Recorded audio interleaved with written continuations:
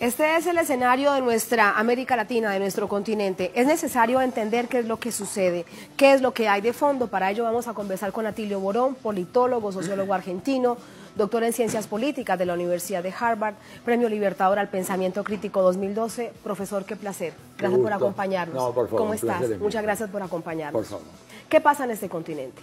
Mira, yo creo que están madurando condiciones de protesta social que venían dándose ya aisladamente en algunos países, pero que creo yo han llegado en este momento a un punto crítico, ¿verdad? Sobre todo después de lo que fue la gran movilización que hubo en Ecuador, que creo que de alguna forma fue lo que encendió la llama, porque poco tiempo después empezó todo lo de Haití, ¿no es cierto? Y, por supuesto, pero fíjate que antes también fue Puerto Rico. Puerto Rico, ¿no? Sí, Puerto Rico. Si lo pensamos en los últimos tiempos, Puerto Rico Haití, generó Puerto unas Rico, masivas movilizaciones. Puerto Rico, Haití, por supuesto. Puerto Rico por todo el tema de la independencia y el desastre que produjo el huracán María, que provocó, ¿verdad?, esa famosa intervención de Donald Trump, que fue verdaderamente humillante. ¿Recuerdas? Tirándole papel higiénico así, repartiéndolo de esa manera, que fue una humillación nacional. O sea, venía caldeándose el ambiente durante mucho tiempo. Creo que lo de Ecuador marcó un punto de quiebre muy fuerte, ¿verdad? Porque había protestas, por supuesto, en Puerto Rico, había en otros países, pero ya cuando ocurre lo de Ecuador, en donde el presidente Lenín Moreno tiene que mudar la sede del gobierno a Guayaquil, evidentemente que el mensaje fue que las cosas habían llegado a un punto que era muy difícil retrotraer. Y después vino lo de Chile, que lo de Chile, digamos, me parece que marca un punto de ruptura pero muy significativo. Yo creo que ya es el hundimiento del modelo neoliberal, no solamente a escala latinoamericana, sino probablemente a nivel mundial. Por ahora, a escala latinoamericana, porque no podemos olvidarnos que Chile fue permanentemente el modelo a imitar y, como lo decían incluso de manera muy complaciente algunos académicos y políticos chilenos, el mejor discípulo del Banco Mundial y del Fondo Monetario Internacional. Eso se decía, ¿verdad? Y se señalaba a todos los gobiernos que, bueno, lo que hay que seguir es el ejemplo de Chile, el país que ha progresado, etcétera, y ahí, digamos, los publicistas de la derecha fueron, pero rotundos en su sostenimiento de un modelo que era realmente una gran farsa, una gran estafa, un saqueo no solamente de los recursos naturales de Chile, ¿verdad? El cobre, ¿verdad? El cobre que fue privatizado por los gobiernos supuestamente democráticos que siguieron a la dictadura de Pinochet, Tatiana, porque si tú me dijeras que Pinochet lo privatizó, no, Pinochet deja el cobre en manos del Estado chileno. Hoy en día 64% del cobre está en manos privadas y esto fue hecho por los gobiernos de la supuesta concertación democrática o la nueva mayoría. ¿Verdad? Entonces, todo aquello fue generando este clima, digamos, y ahí creo que se produce el punto de ruptura. Ya, digamos, Chile no va a volver a ser nunca lo de antes, la gente ha caído en la cuenta de esta estafa, ¿verdad? Y además el robo a los ahorros personales de la gente, ¿no es cierto?, convirtiendo a Chile en el país más desigual de América Latina, siendo que antes era uno de los más igualitarios. O sea, todo esto, por eso no tiene que ver con el aumento. ¿Y qué ha pasado, profesor Atilio, con los pueblos? ¿Qué ha pasado con la gente que toma esta decisión que, pase lo que pase, se va a las calles? Hemos visto, si seguimos hablando de Chile, personas que han perdido un ojo, ya son casi 200, personas detenidas, hay mujeres violadas, hay hoy en día, ahorita que tendremos a Paola, le vamos a preguntar de ello, nuestra corresponsal, sobre una situación de secuestro totalmente irregular por parte de carabineros, pero pese a todo esto la gente no se desmoviliza. Entonces también estamos viendo una diferencia en la postura de los pueblos en la región. Sí, definitivamente. Creo que han salido a la calle, en el caso de Chile, porque ya han visto de que no soportaban más ese engaño. Ellos fueron engañados por una dirigencia política, una partidocracia, como decía el expresidente Rafael Correa, refiriéndose al caso de Ecuador, una partidocracia que ha sido cómplice de todo este despojo, ¿verdad? Ha sido engañada por medios de comunicación, con un nivel de concentración en los medios de comunicación fenomenal, que permanentemente estaba diciendo mentiras, tratando de engañar al pueblo chileno. Lo lograron desde mucho tiempo, pero ya venía armándose, digamos, una protesta muy sorda por debajo. era un movimiento subterráneo que mucha gente subestimó. Y por eso yo digo que cuando se habla de que, bueno, ahí hubo una irrupción espontánea de la gente, se está dejando de lado el hecho de que había una miríada de organizaciones locales, pequeñas, dispersas a lo largo del territorio chileno, que de repente salieron al unísono producto de un hecho fortuito, te diría casi anecdótico, que fue el que estos jovencitos, ¿verdad?, estudiantes de la secundaria, un día decidieron no pagar el ticket el ticket, que ni siquiera lo pagan porque ellos tienen un boleto escolar que es mínimo prácticamente, pero fue un gesto de protesta. Y eso fue lo que produjo el incendio de la Pradera. Yo me gusta hacer una comparación, Tatiana, que creo que vale la pena, con la Revolución Francesa, ¿no es cierto? Por supuesto, son dos acontecimientos incomparables y dos momentos sentidos. totalmente distintos también. Pero, ¿cómo empezó la Revolución Francesa? Empezó con el hecho de que en un barrio alejado de París, en la periferia que era la zona de la Bastilla, donde había una cárcel y poco más, unos panaderos aumentaron arbitrariamente el precio del pan. Y eso produjo un tumulto, y el tumulto se expandió y los ánimos se encresparon, y alguien entró en la panadería y le prendió fuego. Se armó realmente un proceso imparable que terminó con la toma de la Bastilla, la quema de la Bastilla, la caída del antiguo régimen.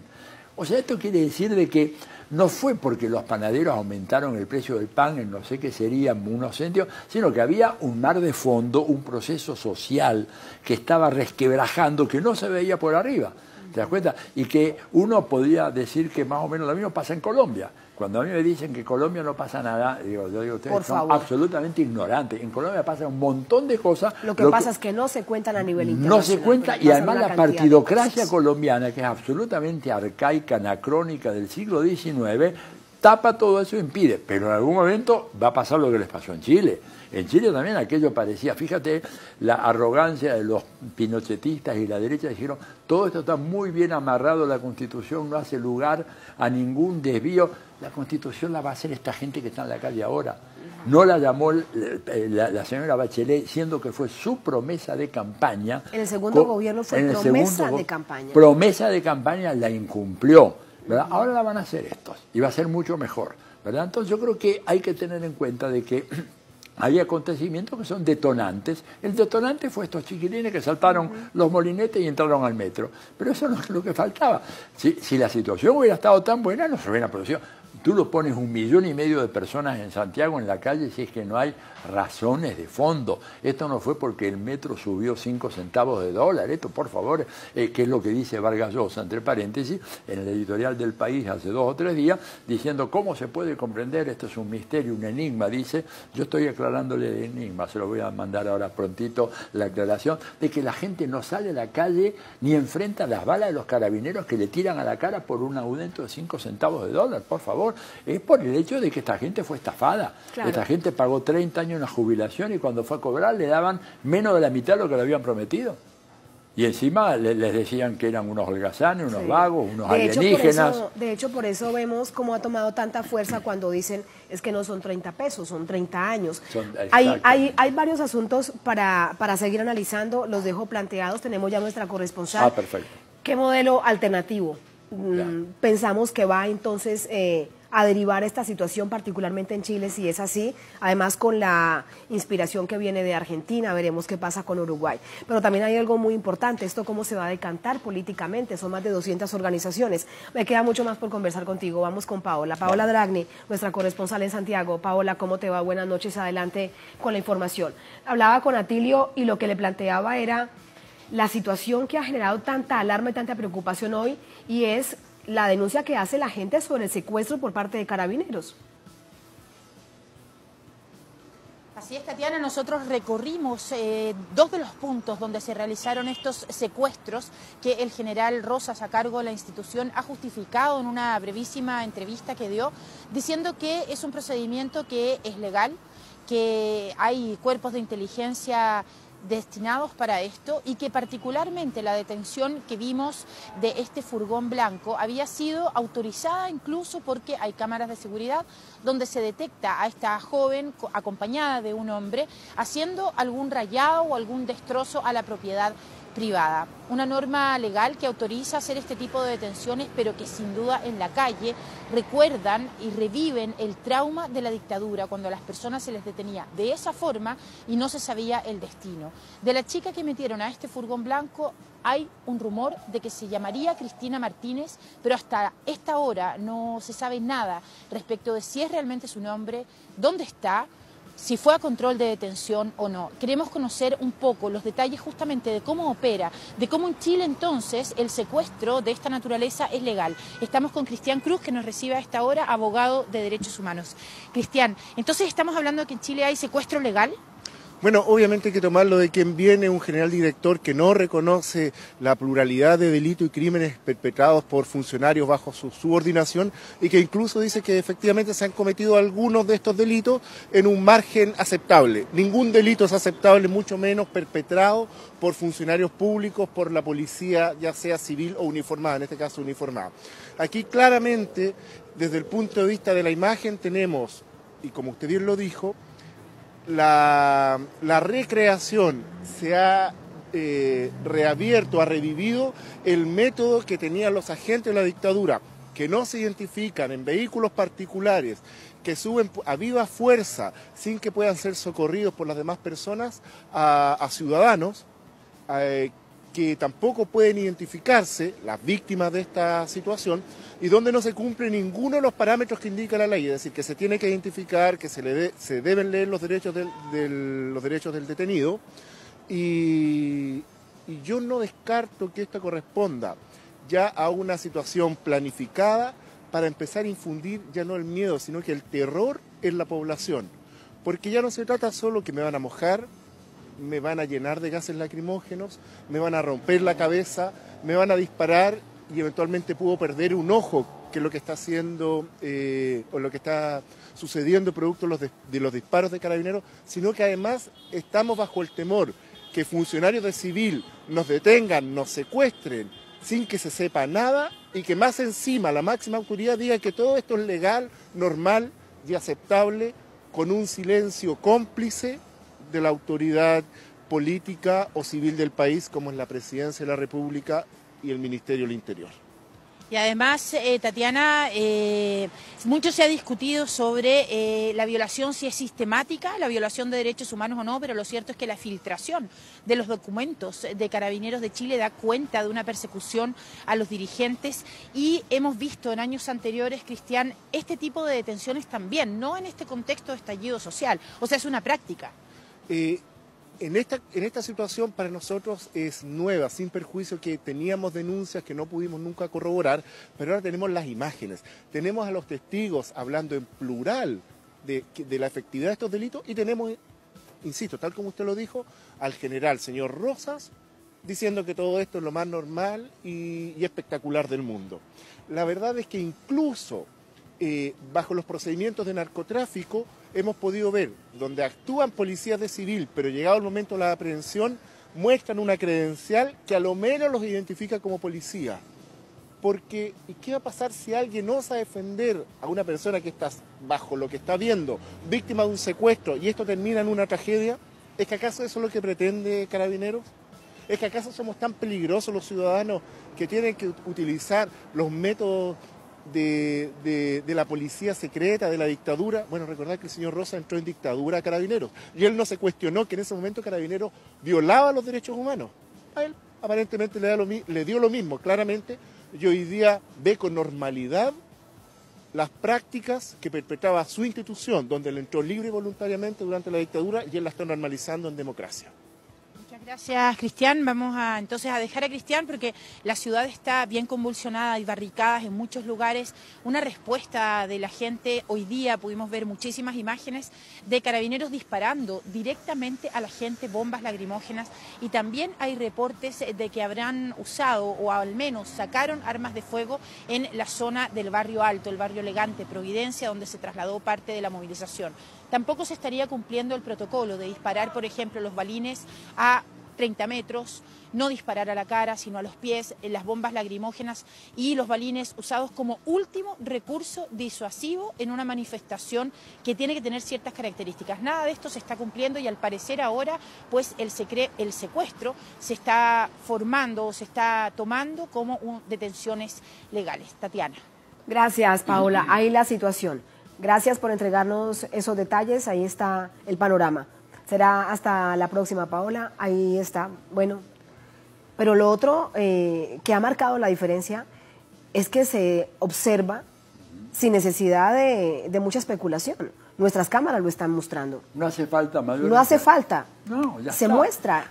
Y tampoco dejan de hacerlo, profesor. Lo que es sorprendente es que la opinión pública prevaleciente en ningún momento plantee de que Chile está viviendo un régimen de dictadura, digamos. Sin embargo, porque este tipo de represión, este tipo de violación del Estado de Derecho, secuestros legalizados a cargo de las fuerzas oficiales, ¿verdad?, uniformadas, evidentemente hablan de una situación que no tiene nada que ver con la democracia. Y sin embargo, nada de eso aparece, siempre todo esto queda disimulado. En el fondo, acá hay unos culpables que son vándalos, los alienígenas, como dijo la mujer del presidente Piñera, que están destruyendo el orden social en Chile, cuando quienes lo han destruido y han generado estas situaciones son estos 30 años de política. Incluso uno podría decir que estas políticas vienen de antes, ¿verdad?, que fueron profundizadas, porque acá lo grave es que la transición democrática en Chile se hizo manteniendo ese modelo económico y profundizándolo hasta su paroxismo, cosa que evidentemente tiene que plantear en algún momento una discusión muy seria sobre qué clase de democracia es esa, ¿verdad? Y en donde además el tema de la Constitución aprobada por un pueblo, discutida por un pueblo, sigue siendo una asignatura pendiente. Chile es hoy el único país junto con Perú que todavía se rige por constituciones elaboradas por gobiernos dictatoriales, Fujimori en el Perú y Pinochet en Chile, y eso sigue funcionando, de manera tal de que, bueno, es difícil pensar de que realmente hay un régimen democrático. Tenés otra cosa, no sé, pero eso no es realmente una democracia. Pero la gran cobertura mediática, todos mis amigos en Chile y amigas me dicen, mira, acá sabemos muy poco de lo que pasa. Por suerte han surgido muchos medios alternativos, gracias a las redes sociales, televisiones comunitarias, etcétera, que transmiten a través de internet, que están informando lo que los grandes medios ocultan sistemáticamente y el gobierno que miente, este señor, digamos, un mentiroso serial, ¿verdad?, que oculta lo que está realmente pasando en ese país. Vemos una cantidad de gente que se ha movilizado, organizaciones, otros de manera espontánea, pero sí también hay un músculo de organizaciones que no se tenía de manera visible en el país. Pero esto deberá decantarse en un asunto de carácter político si realmente quieren concretar una Asamblea Nacional Constituyente. ¿Cómo ves entonces ese paso? Porque hasta ahora vemos que es una cantidad de gente movilizada. Hasta ahora eso, de todas maneras ya está lo que se llama la unidad social, que es una convergencia de múltiples grupos, ¿verdad?, que estaban organizando sectorialmente y por separado a diversos sectores de la sociedad chilena, que ya están sentándose con vistas a elaborar una estrategia común. Y eso me parece que es importantísimo. Lo que hace falta ahora es que haya una convocatoria del Parlamento a una asamblea constituyente, que esta gente en la calle está presionando cada vez más. En Valparaíso ha habido grandes manifestaciones, en Valparaíso, porque ahí está la sede del Parlamento del Congreso en Chile.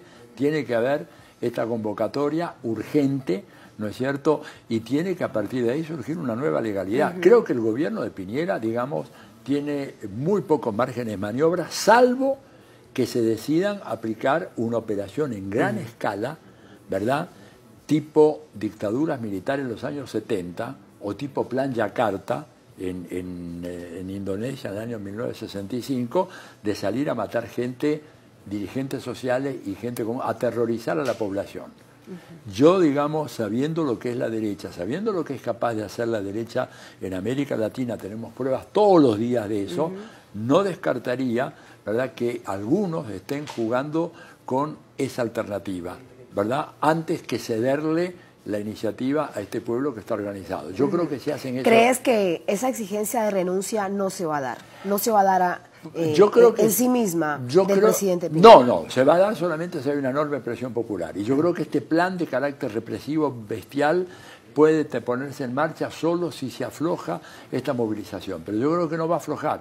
Yo creo que la gente está dispuesta, porque digo, es muy difícil decir que gente común y corriente que no estaban metidos en la vida política salen a ponerle el pecho a las balas de los carabineros o del ejército chileno. Esto quiere decir que hay una convicción muy fuerte, y si esto se sostiene una semana, 2 semanas más, de hecho el presidente Piñera no va a poder seguir gobernando, ya no va a tener condiciones, su propia coalición, su propio partido se está trizando ante esto porque todos quieren salvar el pellejo, todos quieren asegurarse un lugar en el proceso post-neoliberal que se viene en Chile, en el proceso auténticamente post-dictadura que todavía no empezó.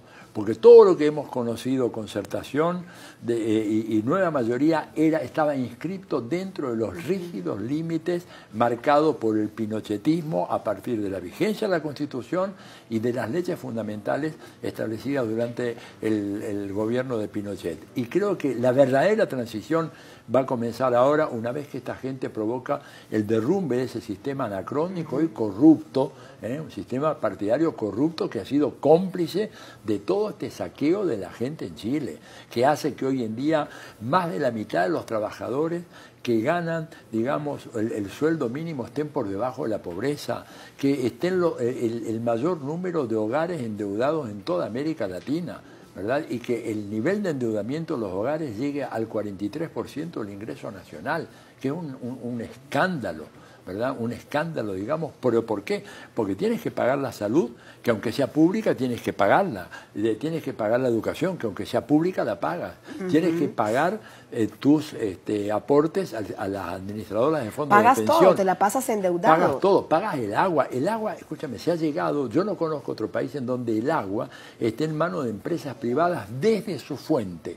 O sea, es ilegal si tú vas en los Andes a un manantial y tratas de canalizar parte de esa agua para una pequeña finquita, una parcela que tengo en campesino, viene la empresa que es propietaria del agua desde su fuente. No solamente el transporte y la distribución del agua, que es lo que pasa en muchos países, desde la fuente. O sea, es el caso extremo de aplicación del modelo neoliberal y esta es la respuesta. Y ahí está la respuesta, está en las calles.